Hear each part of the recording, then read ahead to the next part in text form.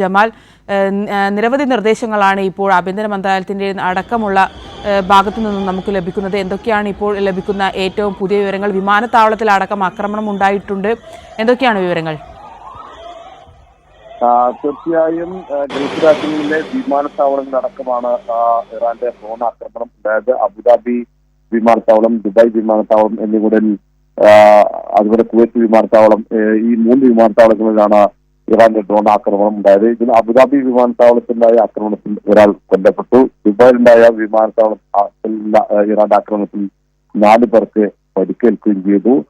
Kuwait വിമാനത്താവളത്തിൽ ചില കേടുപാടുകൾ, നാശനഷ്ടങ്ങൾ ഉണ്ടാവുകയും ചെയ്തു. ഇത്തരത്തിൽ ഗൾഫിന്റെ തന്ത്രപ്രധാനമായ കേന്ദ്രങ്ങളിലാണ് ഇറാന്റെ ആക്രമണം ഉണ്ടാകുന്നത്.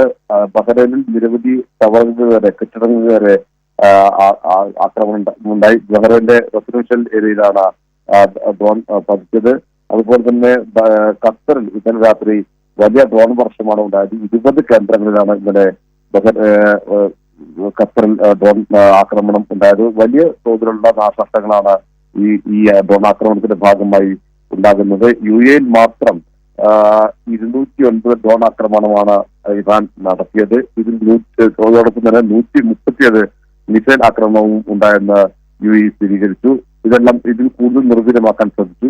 പക്ഷേ 14 എണ്ണം രാജ്യത്ത് നാശനഷ്ടം ഉണ്ടാക്കിയെന്നാണ് UAE അധികൃതർ അറിയിച്ചത്. ദുബായിന്റെ ജെഫ്ഡലി തുറമുഖത്തും ഡ്രോൺ ആക്രമണം ഉണ്ടായി. ഇത്തരത്തിൽ വലിയ നാശനാശം ഉണ്ടാകുന്ന രൂപത്തിലേക്ക് ഈ ഇറാന്റെ ഈ ആക്രമണം ഗൾഫ് രാജ്യങ്ങളിൽ ഉണ്ടാകുന്നു.